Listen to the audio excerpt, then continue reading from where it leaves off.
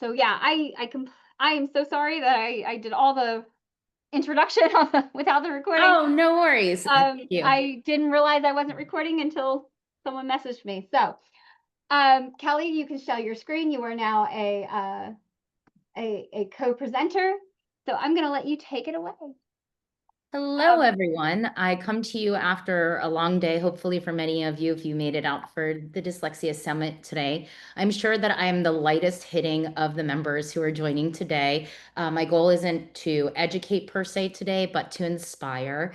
And I come to you with a presentation that is full of examples of other people doing great things, including the branch here in DC of the International Dyslexia Association. But my goal again is not to give you a lesson on advocacy per se, but to lift up some really important and really valuable efforts of people's actions across the world, across DC. And it hopefully will bring to you a chance to think about your own position with relation to advocating for dyslexia. The topic today is titled Dyslexia Advocacy, What It Can Look Like, How It Supports Students with Exceptional Needs, and How It Relates to You.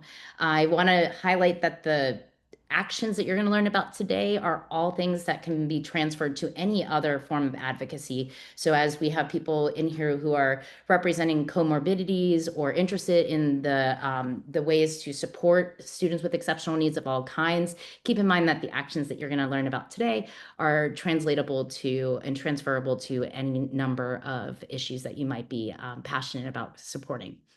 So again, I'm Kelly Fox. I'm the current vice president for the volunteer board of DC IDA, and I have an MSED in language and literacy. Aside from that, I just wanted to introduce myself by saying I do have a niece with dyslexia who was being failed by her elementary school curricula down in Florida. And it became apparent that there was going to be no chance that she was saved by the school system. And there weren't a lot of opportunities to get her screened and supported within the school system. So as a reading specialist, I did step in. I did end up instructing her to the point that she is now a fluent reader. So we got over the first hump in dyslexia. Accuracy and fluency are there now, but she's in middle school, so I am holding my breath and trying to watch and make sure that I can be her advocate by her side. I wanted to bring that up because the topic of dyslexia advocacy is so personal to so many people who are deep in the trenches. And so I just hope that if you're an educator and that's what makes it personal to you, or if you're a family member or otherwise have some other connection yourself potentially having dyslexia, just keep in mind that our chapter, our branch is very aware of the passion that comes from being personally touched by dyslexia. And we think that that's where a lot of the best work has been accomplished with people who are personally touched by it. The general mission for the International Dyslexia Association is to create a future for all individuals who struggle with dyslexia and other related reading differences so that they may have richer, more robust lives and access to the tools and resources they need. As I mentioned today, my spotlight is mainly on dyslexia, but what we're going to talk about is transferable to other needs. And like I mentioned, hopefully this is inspiring to you, but at the same time, I hope that you might collect some ideas, some seed ideas that can help you start something or help you pass the word along or help you to do some research and pass along some interesting stuff. At the end, I'll only be talking for a short while. For those of you that stay on, we can talk and share your thoughts as well to see if we'll stay on to see if anybody wants to share how they are lifting up advocacy in their neighborhood or in their state. Or I understand that there are people from around the world, so in your country even, but we will have room to share around the 3:30 mark. So the 7 areas of advocacy that we're lifting up today are research. This is the foundation for so much of the advocacy that needs to get done in something like dyslexia advocacy. Dyslexia in itself had been denied by numbers of people, whether educators themselves or by families that didn't believe that you necessarily had to notice dyslexia. Research has helped to put a clear mark on the fact that dyslexia is real. It is something that we should be managing together. It's not just a medical diagnosis. In fact, it's more of an educational diagnosis that we should be making sure we take care of and that we support early and that we screen for and pay attention to early. All of that is an awareness that comes from research. So thankfully, we have research as one of our forms of advocacy. Individual advocacy, meaning like how I mentioned myself, I supported my niece. If I had stopped there, that would have been my individual advocacy. There's community or grassroots advocacy, joining a DC IDA or branch or any other kind of IDA branch or otherwise. That would be an example. Systemic or policy advocacy, media and digital advocacy, legal advocacy, and self-advocacy.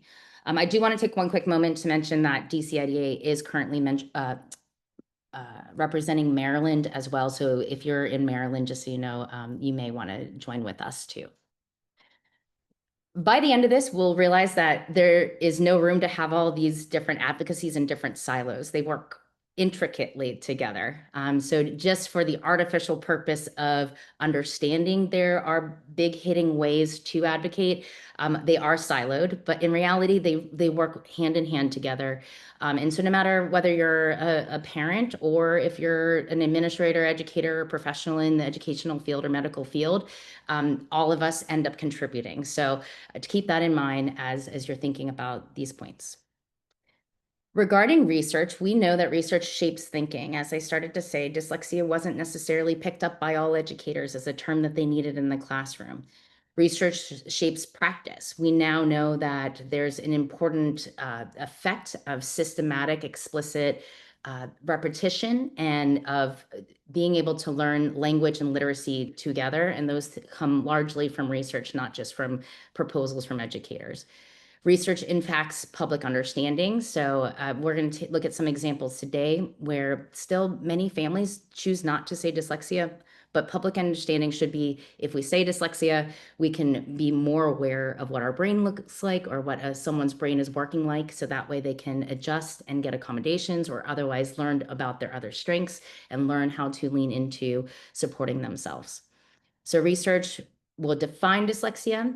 We know that this year there's been a very rigorous proposal of a new definition for dyslexia that had been worked on for some time by researchers and others in a cohort. So soon we will actually have a new definition for dyslexia coming out through the IDA and then also reflected in the works around the world. We know that research has pinpointed that there are significant neural differences for people with dyslexia, so that it's not just a concern about reading and learning over time because of something that is unidentified. We now know there are actual neural differences, and that comes from research.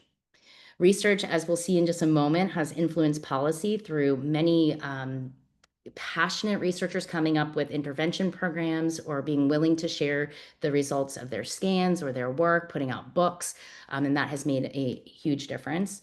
And so let's take a look at some outstanding examples. My favorite one is Yale University's Shaywitz. As you know, the Shaywitz have been long time affecting dyslexia. If you've been learning about dyslexia for some time, you know that they put out some of the most important works that have been put out about scans to show the differences in minds or in the brain.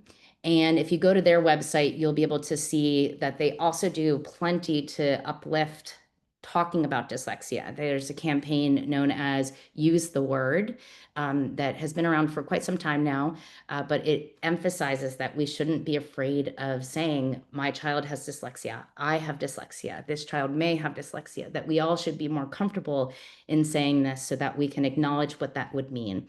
Whether that means having earlier supports or more intensive work when it comes to learning the basics of literacy or the different aspects of literacy that are challenging, or even of language and speech that are challenging. If we talked about dyslexia more, if we said the word, there would be a greater chance that we'd be taking care of those needs.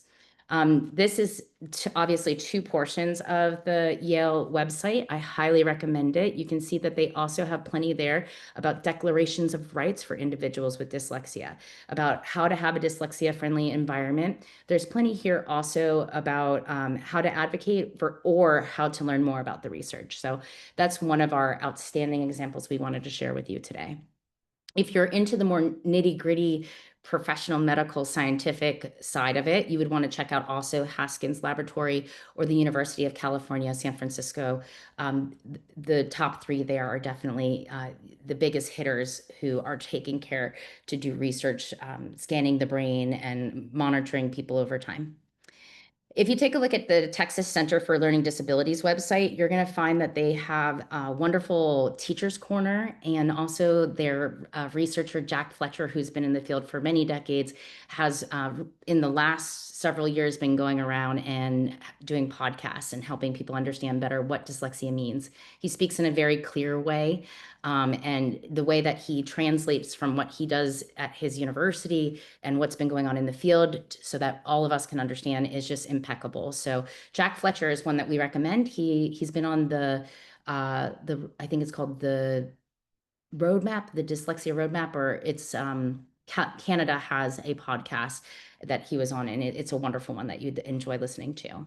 Again, for the big hitting professional medical side of it, you could go to the Carnegie Mellon University's website. One that we found very interesting is the University of Oxford has a dyslexia research group, and they've been trying to track the actual history of dyslexia so that we could understand some of what I was alluding to, that dyslexia has not always been an accepted term, that there has not been an accepted consensus of what it means, and how policy and public understanding has changed. If you go to the University of Washington website, they have some great modules. So if you're in the position of a social worker, a librarian, or any other position where you might be connecting with families, the University of Washington iLabs have modules for how to think about early language development, how to think about early literacy. And those types of things can be a huge help to families who are seeing that their child is presenting struggles already. We know now that dyslexia struggles show up in 2- and 3-year-olds. When they start talking, you can hear them dropping sounds and dropping syllables and things that are typical to people who are struggling with dyslexia. And so those are some things that are addressed in their modules, how to make sure you're helping your child's development so that way they catch on quickly that they need to monitor the development of their own language. And then lastly, the University of Florida and Florida Center for Reading Research are mentioned in case you're looking for free resources. The research that's been done at these two schools, and then the practical resources that have been built in order to support educators and families is enormous. So we couldn't leave that out, because research goes beyond finding out what can be published and what kind of awareness raising can happen. There's also then making sure to translate things into activities so we can serve our students. Excuse me. These books have been around for quite some time. The one on the right, Reading in the Brain, The New Science of How We Read, is an example of an outstanding researcher from France, Stanislas Denis. He also has several YouTube videos that look at exactly how the neural differences appear in people's reading brains. And then Mark Seidenberg's Language at the Speed of Sight was a book that in 2019 became very popular and started to affect public opinion. He started doing many talks. Mark Seidenberg is now retired, but for between now and 2019, he was showing up to make sure to push things along so that dyslexia was noticed and taken care of in state legislation. So again, we have these things in silos, but we know that they impact each other. Researchers go beyond their labs, they go beyond their publications, and they do get out there and they speak to make a difference. You can also find Stanislav Dani's more recent research talked about with Planet Word, which I'll introduce you to soon if you have not heard of them. Regarding individual advocacy, this is helping one person at a time. You might be guiding, supporting, or for fighting for a specific individual. And here I have a pretty extensive list of ways that that might happen. I believe everyone in this room probably represents at least one of these. So if a tutor's going out of their way to go from the one-on-one scenario to writing notes that get passed along to the school so that there's better advocacy at an IEP meeting, that would be going beyond just helping with the education and taking a step further to advocate for the child. When a general ed teacher realizes that there might be others in the school who haven't learned about structured literacy, because we know that, it is widely understood right now that many teachers and even reading specialists went through programs in the United States that wouldn't have touched on dyslexia or even taught the basics of language structure so that people could address the needs of dyslexics. And so for a general ed teacher to say, hey, we all need some structured literacy training in school is actually pretty revolutionary if all the teachers have not been trained at all. So that's a current example that still applies. It's very important. If you have a literacy specialist at the school and they start to then train a teacher, that makes a huge impact on the chances that a child's going to get appropriate, accessible education. If a psychologist makes sure that whatever screening has happened or whatever evaluation has happened is translated so the family can understand it, that's a boon towards advocacy. Many of us have heard or understand that the coding for dyslexia is not called dyslexia in special education law. And so many times a child will be diagnosed with a specific learning disability, and families will not know that that means dyslexia. So for someone to take the time to translate that, that is right there a step towards advocacy for that child. It goes on in this list to also even mention if an adult who has dyslexia mentors a student so that they can see, oh, look, we can get past this stage of challenge. That's a big deal. And then at the very bottom, I have underlined something that I think has happened many a time here in the United States, and it's made a huge difference in the way we advocate. A parent learns structured literacy, or as we used to talk about, Orton Gillingham or speech to print techniques, and then they carry out the tutoring at home because they feel that schools can't support them. This is a very common thing. And so, as I mentioned earlier, a lot of people involved in dyslexia advocacy tend to be very passionate because they themselves have had to take on the teaching that they never would have classified themselves to do, but it was necessary because of the absence of supports that were appropriate for their child. So just a shout out to all the moms, all the dads, all the family members who have potentially taken the time to learn how to teach reading at the foundational level to help their family member out. Moving on to our third example of advocacy, it's community or grassroots advocacy. This is when we collectively work together. We have a shared cause or mission, and what we're trying to do is pull together all our voices so that we can get further, perhaps further in a town meeting, perhaps further in a task force, but we are working together in order to make it clear that this isn't just one family issue, a one child issue in a school. This is a issue that impacts many in the community.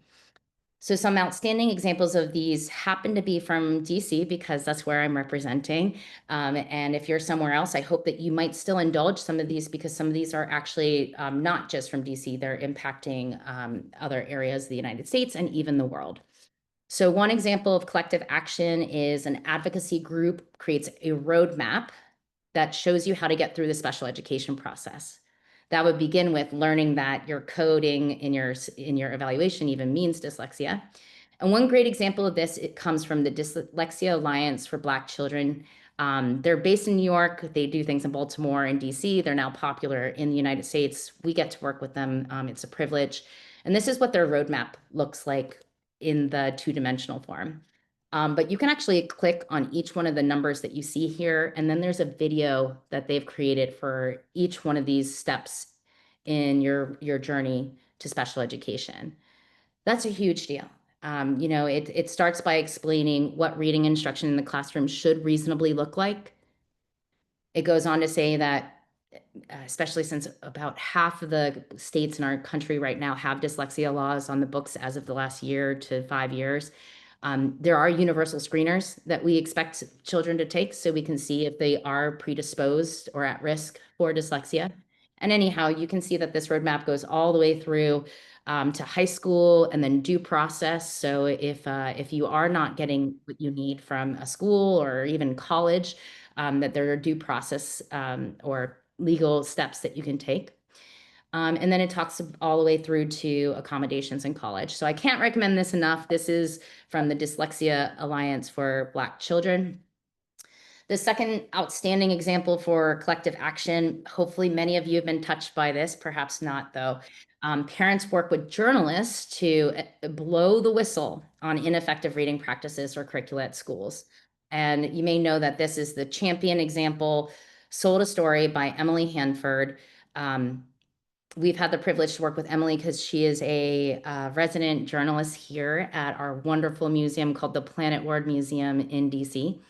But Sold a Story was and is actually still a living podcast, but it started out as a season of explaining how families were pursuing the effective and deserved instruction for their child that their child with dyslexia need it. And they found that schools were teaching a curriculum that used ineffective methods of guessing words, as opposed to teaching how to break apart words, how to deal with sounds and letter patterns, how to deal with parts of words. None of that was taught.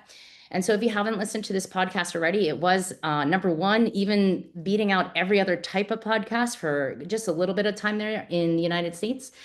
Sold a Story is a great one. And it, like I said, is a living podcast. They continue to do episodes to this day.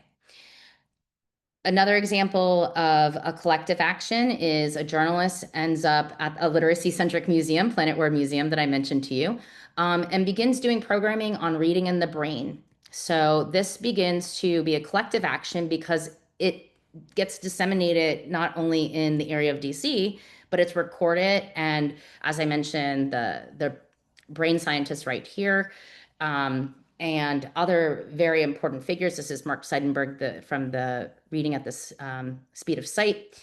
Marianne Wolf, who's a classic researcher in dyslexia, who's come up with amazing intervention techniques that many people use and would be credited to her.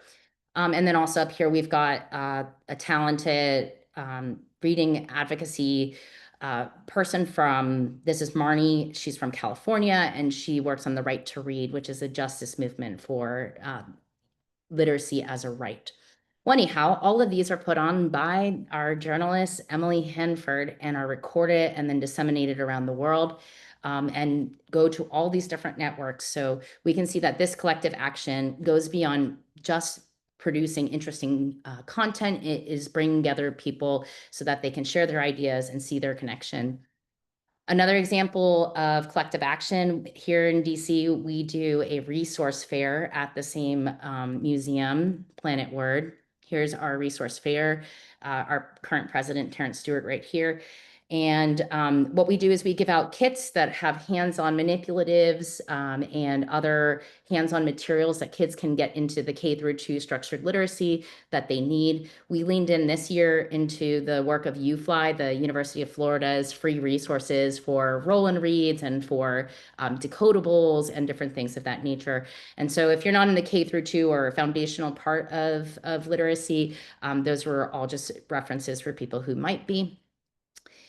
Advocates can also launch social media campaigns. Some that you may have seen yourself is #UntilEveryOneCanRead or #RightToRead. If you don't already follow those might be interesting places, interesting tags to check out.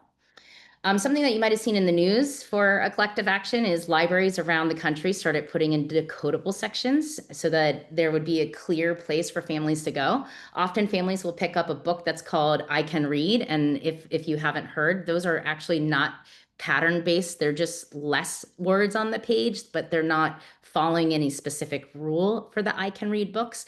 So instead, you want to seek out decodable books if you're trying to make sure your child's picking up the patterns of foundational literacy.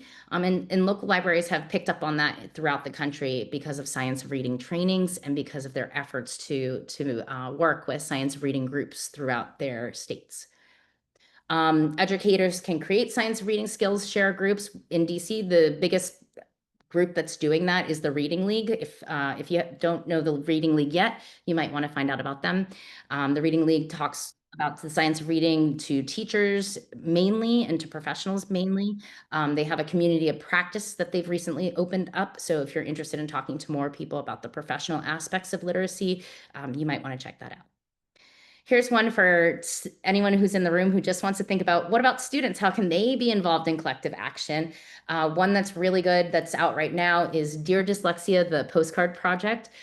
This is where each person who gets a postcard can fill in how they experience dyslexia. what do you love to do? What makes you happy? What comes to you naturally? And you also get to then explain about yourself, some things that you love about being yourself with these postcards. So this is a charming way for students of all ages to be able to connect. And then earlier I had mentioned the Reading Road Trip, which is a community podcast. So there's plenty of podcasts right now that cover literacy. Melissa and Lori love literacy. There's the Literacy View. There's the Reading Road Trip. And there's quite a few more if you were interested. In Tennessee, there's an amazing researcher down there. His name slips my mind right now, but I think he has one that's called Decoding Dyslexia or something close to it. But you have people who are teachers in the classroom. You have parents and families, and you have researchers who now have podcasts on dyslexia. So it's a good time to be able to plug in. When it comes to systemic or policy advocacy, what we're thinking of is how we can change what exists or how we can break down any barriers. Perhaps we have laws in place to support our children, but for some reason there's a barrier. And so some outstanding examples of that would be when an advocate decides to join a task force to make sure that there is screening in the state. In DC in the last few years, Decoding Dyslexia DC had done a lot with other regional area leaders to make sure that we have a clear pilot program for how to have screening and then put prevention measures in place so that our students age 5 to 7 are being screened and flagged if there's any signs that dyslexia could potentially be there. And that has already made a huge difference in how schools respond to and treat students who are needing that extra support. Another example of the legislative or systemic side of it is when parents and educators go to meetings, community meetings or committee meetings where there's hearings happening. And one example that comes from a few years ago is Elise Lovejoy, who actually has created a wonderful set of decodables called Express Readers. But there were many, for a while on social media, there were many clips of her going around explaining this isn't something to be passive about. You may think that, hey, dyslexia, so the reading's a little bit harder, but it makes a huge difference every week that goes by that a child has dyslexia but doesn't have some sort of support is a week where they're potentially getting frustrated and losing their passion for reading or their sense of efficacy. So it's a big deal that we act fast when we know that we have children who are in need. Another example of some systemic advocacy might be educators working together with professional content makers. So we've got WIDA is the radio arm, I think we could call it, of PBS. It's nationally funded. WIDA has 3 different types of professional content that address reading specifically and a foundational literacy especially. They have the Reading Universe, which has just rolled out a fantastic, very thorough platform for professionals to learn about what the different parts of language are, how to talk about them, and how to teach them. So if you're in a professional capacity, you definitely want to check out the Reading Universe. If you wanted to self-train and self-teach, they have plenty of stuff there. Reading Rockets has lots of family-friendly information about tips for practicing language at home, practicing literacy at home. If you have a very ambitious family, they can actually even learn about the pillars of literacy and continue to learn that way about how to support their child. There's Coloring Colorado and other multilingual resources that they offer as well. Coloring Colorado is the Reading Rockets, but in Spanish. And they have many of their tips published in Chinese, Vietnamese, Hmong, many, I think it's up to like 9 or 10 languages right at the moment. 2 more listed here are advocates push for public dyslexia screening data, which I've been mentioning a few times here. One really interesting site to go to is here, the stateofdyslexia.org, where you can learn more. I think it's the National Center for Literacy. I forget exactly, but the group that does it is the, oh, I put up the wrong one. I apologize, guys. There's one from the NCIL.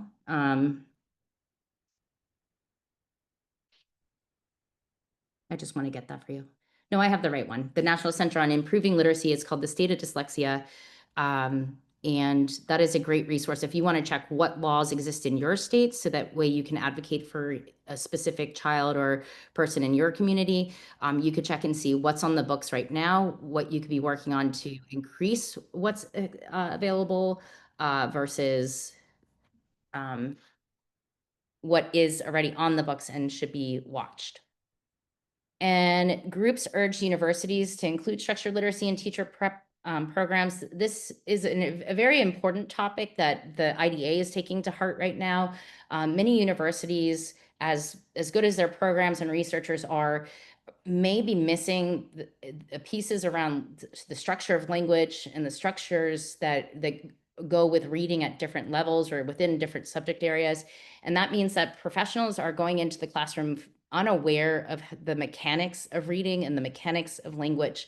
So it's a very big deal to make sure that universities improve their reading programs, whether it's for a reading specialist like myself or a general ed teacher or any kind of education teacher. All teachers theoretically should have at least a basics class in language structure and the mechanics of reading to ensure that they can support any child who might come to them struggling.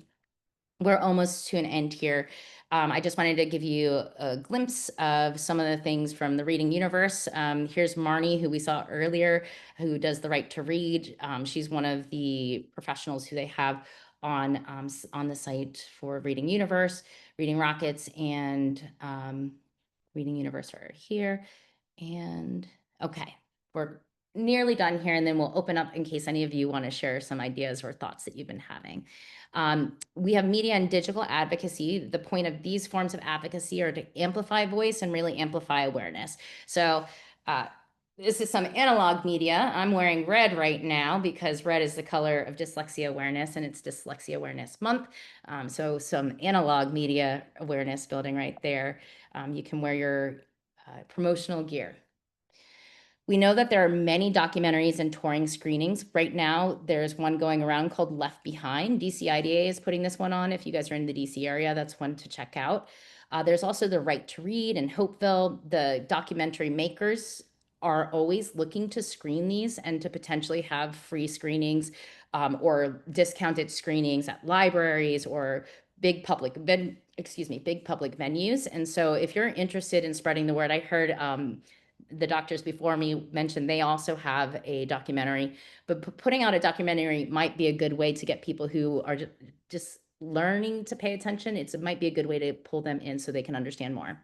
Left Behind's a very interesting story about mothers who felt that their children were going to get no support in the New York City education system. So they rallied together and they actually created the first dyslexia school in the New York City area. And so again, the power of passionate family members is to be unbeaten. We have social media groups. There's one that is called Facebook Science Reading, What I Should Have Learned in College. I mentioned to you earlier that it's pretty much consensus at this point that many people in general education as well as reading specialist programs did not get the training in the mechanics of language and of reading.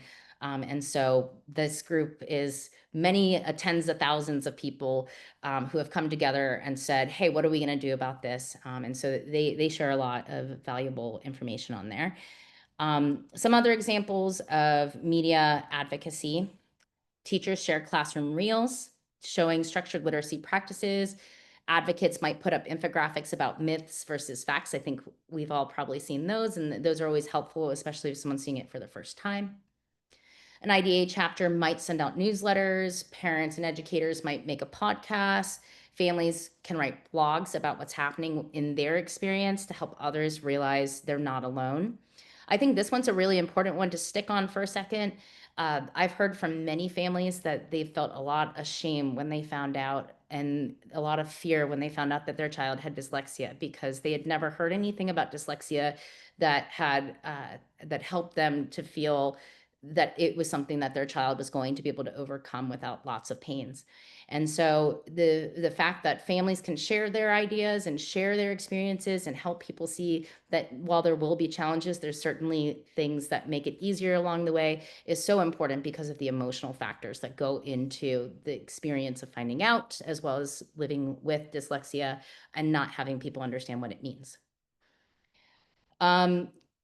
One thing that you might find on LinkedIn nowadays, especially, is that groups post legislative updates, like if there's going to be a chance to reach out to your lawmaker about a potential dyslexia law or an extension of dyslexia law. As I mentioned, it's around half of our states right now have dyslexia laws. So there's still, plenty of states that could go ahead and be reaching out to their representatives to try to get more done in their state.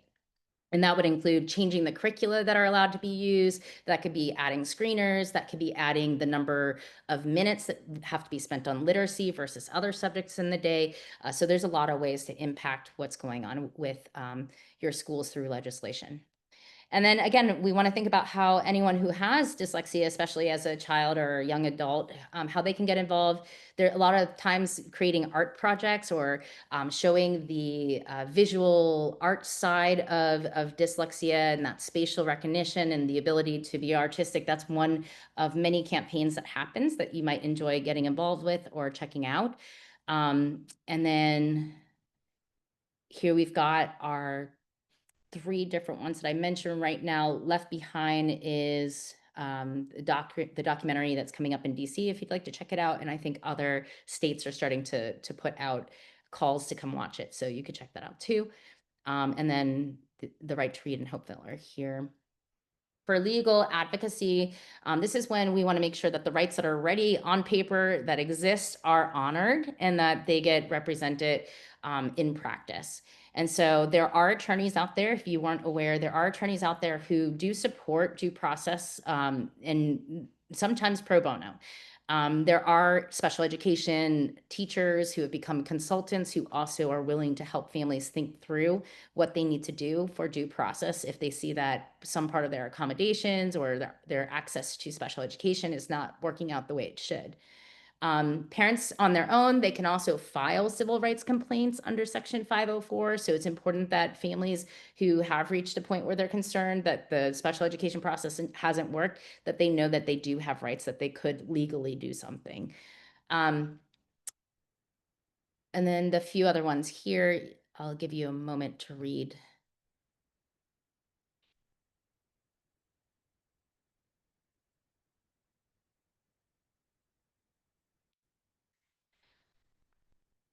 For the legal support for today's presentation, the best thing I can recommend is looking at the dyslexia roadmap that was shown earlier that comes from the Dyslexia Alliance for Black Children, or otherwise the stateofdyslexia.org's website.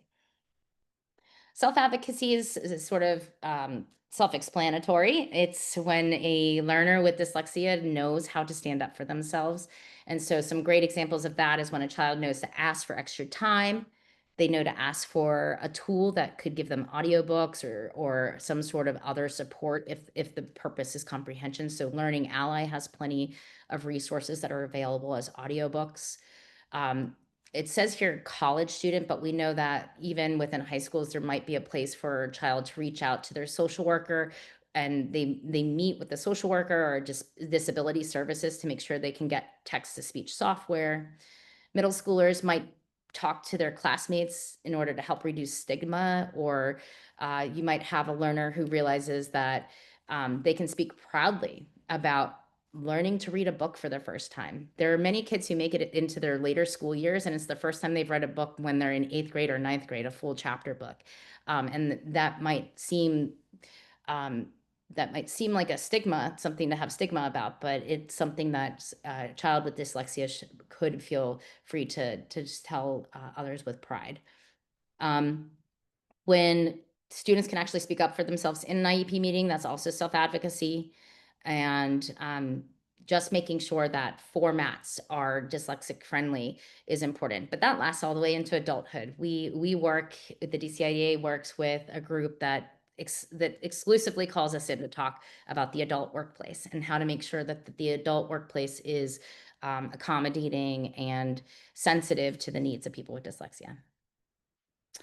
And so all of these things put together have a domino effect. And then we end up with dyslexia laws, and we end up with wonderful summits, and we end up with great research, and we all continue to understand and be able to support dyslexic thinkers and others with reading differences. So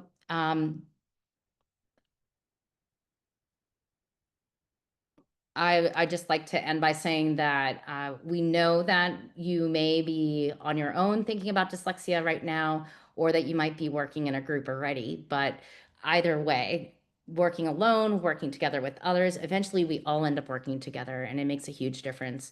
Um, so thank you for listening, and thank you for anything you already do for the advocacy of dyslexia. Before I pass it back to Ashley really quick, we'd really love it if you would get in touch with us. You can check out DCINTL Dyslexia, DC International Dyslexia on Instagram. LinkedIn's the best place to find us. The DC IDA branch is on there. And we do have a website, dc.dyslexia.org. We would love if you joined not just DC IDA, which serves DC and Maryland right now, but also the IDA in general. So if you're interested, here is a QR code to sign up, or otherwise you can just go to the website. But if you join, you do end up getting a wonderful, legendary journal, Perspectives on Language and Literacy, which was in its 75th year recently. If you're interested in potentially going even further and you'd be interested in joining the board, please consider writing to info.dcida@gmail.com. This year in particular, we're looking for general board members and potentially someone who's ready to warm up to become our treasurer in some time. And now it's time to share your thoughts if you'd like. Wonderful, thank you. And yes, I will be working on my IDA membership there. It's been, I meant to join the Maryland chapter when it was still around, and I never got around to it. And you've re-inspired me to join again. That and my new friends at Decoding Dyslexia. I see a couple of them on the call today. They also don't know they're going to be my best friends for a little while, whether they like it or not. I'm that kind of person. I'm going to make you my best friend.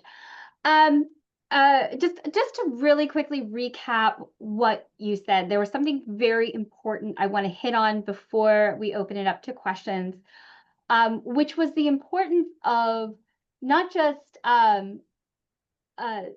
self-advocacy, but joining advocacy organizations to help others. And then it kind of got me thinking, and this is where I'm going to start turning it over to questions after this.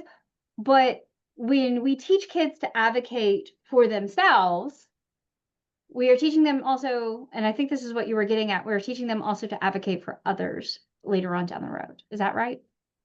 You know, I don't think that was explicitly in there, except for with the example of an adult who mentors somebody in their own reading journey. But in Okay. reality, I think you're right.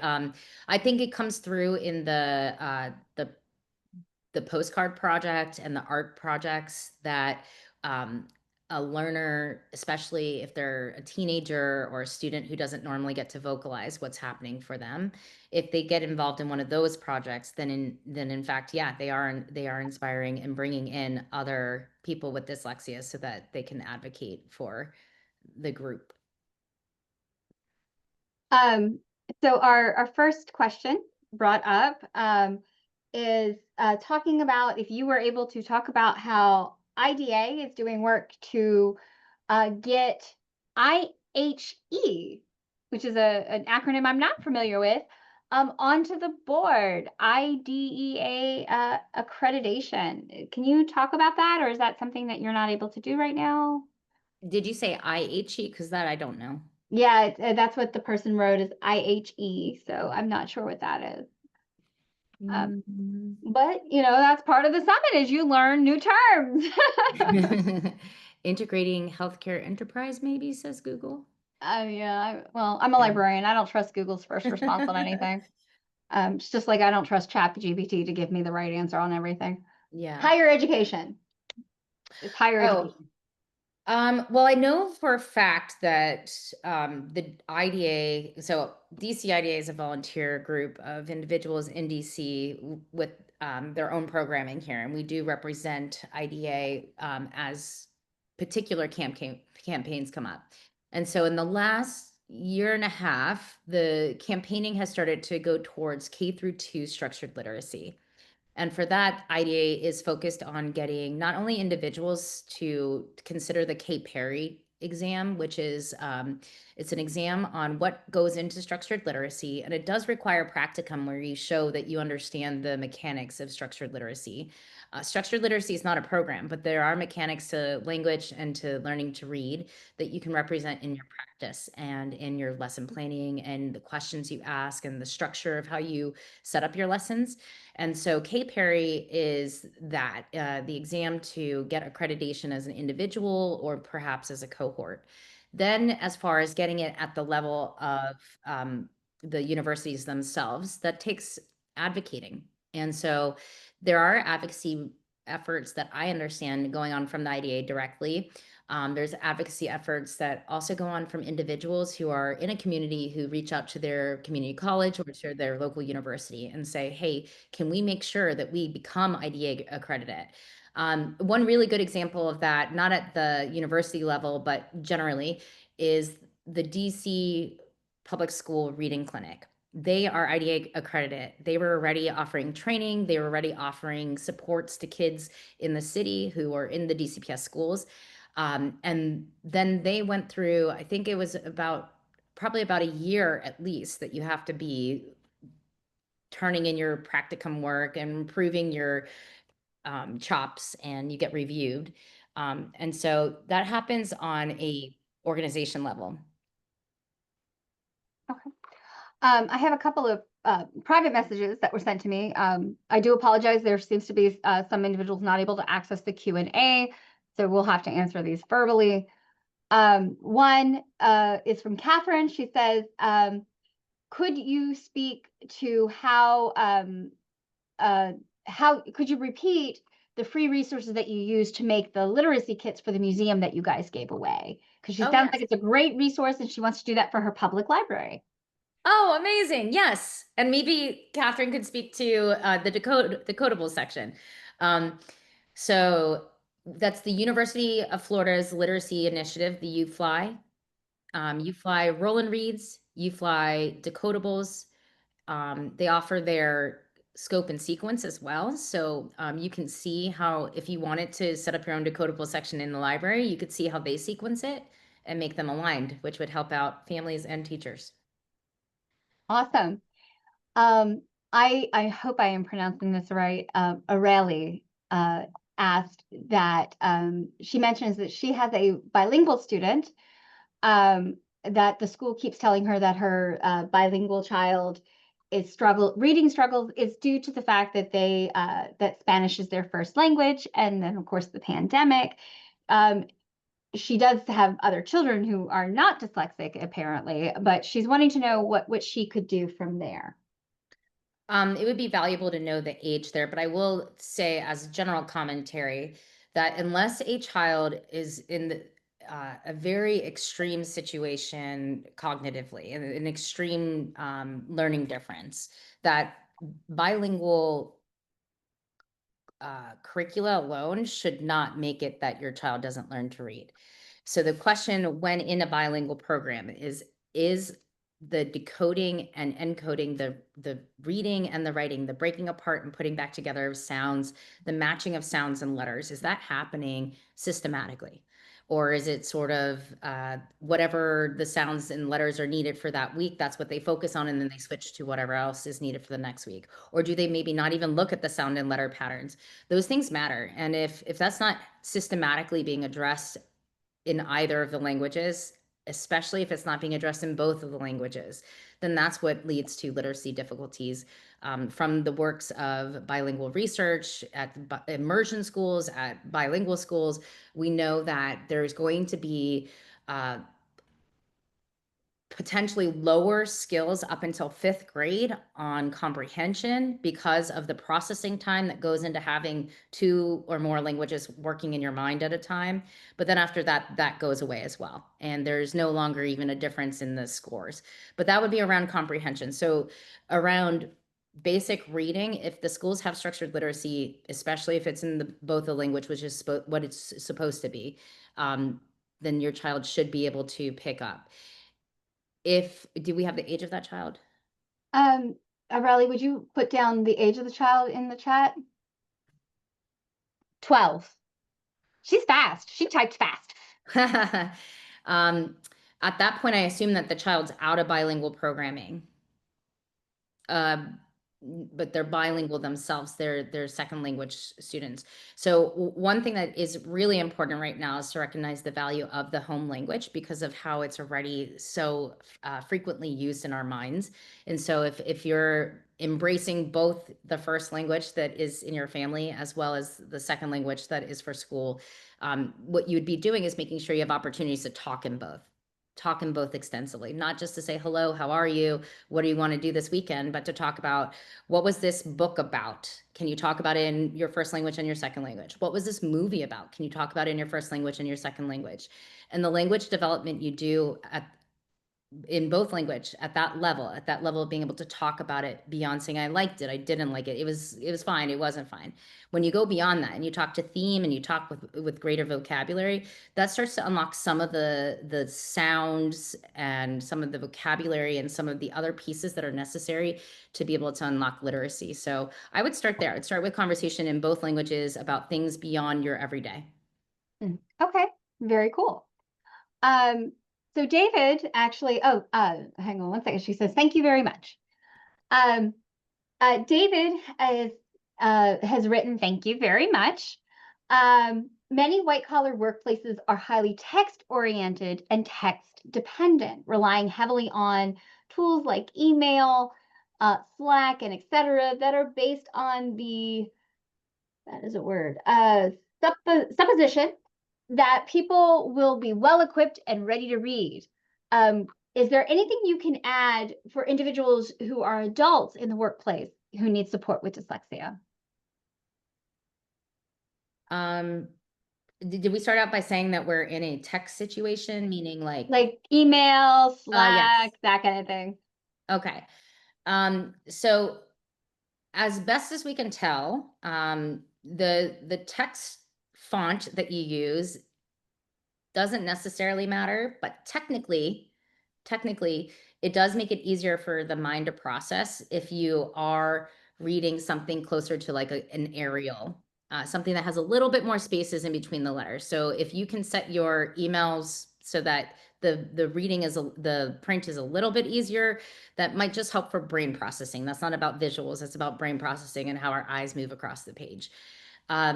Aside from that, I would assume this isn't something I speak to myself very often. When we talked about ways to support adults in the workplace, what we're thinking about is whether or not you can get briefs that have the bullet point summary of the key topics, for example, so that you're not left digesting everything all at once in a 30-minute to 60-minute meeting. If you can find a way to make sure that when you're having a meeting that you always say what the agenda is and what the takeaways are supposed to be, that's important so that someone's not left having to process all that information, whether it's in print on slides or whether it's somebody talking for a long time. All of that is a lot to digest, especially for someone with a language difference. And so those are some of the key things that we bring up. But for your own organizational systems, you may want to consider whether or not you can organize your folders so that way whatever emails you're getting, if it's abundant, you're separating it by importance and topics, and then you can give yourself a chance to go back and read them. I'm just going to throw in there that as an adult with dyslexia, I have found, again, we talked about assistive technology earlier. Screen readers are wonderful for digesting long bits of data. I, again, use things like Grammarly and have it built into everything I use. But I've also asked my boss and others, summarize it for me. Give me those bullet points at the beginning if you can. I would say that definitely ask for accommodations. You're asking for them in school. You can ask for them at work. It's okay to ask, and if that's something that you need, I'm assuming, Kelly, that you would say if you're going to ask for it in school, go ahead and ask for it as an adult. Yeah, and that includes things like give me at least 48 hours to be able to process that long email, right? Because it's not as if you're just going to read over it and necessarily say, I got it. So you can also ask for things that are more like boundaries, like respectful, courteous boundaries. Can you make sure we always have at least 72 to 48 hours to process? Yeah, definitely. Another individual asked, how can they volunteer with IDA? And are you willing to accept volunteers? Did I write that? No, somebody else put that in there. I'm teasing. Oh, okay. Let me pull up that QR code again. I also dropped the link to your website in the chat. Excellent. And so you could reach out to us at our website, info.dc. But I am forgetting it off the top of my head after talking for this hour. Give me 1 second. Did we have any other questions other than We that? just have one more, and it's, do you have any suggestions for specific series of authors who write decodable books, to add to collections, like at libraries, at school, at home? Yes, absolutely. So for the person asking about volunteering, please feel free to reach out at info.dcida@gmail if you want to volunteer in general, or if you were interested in becoming a board member. You can just write us and say title volunteer, and then say that you'd be interested in joining us somehow, and we can reach back out to you. If you wanted to become a member in general, and that means that you just get updates through your emails from us and from International Dyslexia Association in general, you could scan this QR. For the decodables, I absolutely personally love, as a first grade teacher, Little Learners Love Literacy, which you can find on the Reading League shop. It used to be an Australian sold book or New Zealand sold book. But so there's characters named Pip and things of that nature, but the Reading League has purchased the rights to it and they sell it at their shop. And I think they have a few others there as well. I mentioned earlier, there's Express Readers by Elise Lovejoy, and you'd also be supporting an advocate and someone who whose company has been built up in order to teach firsthand. That's how she started. That's her story. Those are the ones that come to mind at the moment. And then, of course, there's the UFly decodables, which also have a box for illustrations above, which we have found, like you might have heard in the doctor's talk right before mine, that visualization is such a key part of supporting dyslexics. And so if you have that drawing box above, you can get your drawings in to show your comprehension, build that comprehension, and then you can also label from the text. I want to point out that Donna messaged the group and she said she uses things like Copilot to summarize her long emails and give her highlights. She also likes to ask for slides and handouts and all of her materials in advance, so that she can prepare. And I just want to point out that we, as presenters today, we all did that. We all took the time to take and mark up all of our presentations, but put them on our website. So if you are catching us today, at any point in time, the slides are on the website so that you can access the information at the speed that you need. All right, I'm going to stop the recording on this. Are there any other questions from any other questions? You can raise your hand. It's okay. All right, I'm going to go ahead and stop the recording. Thank you.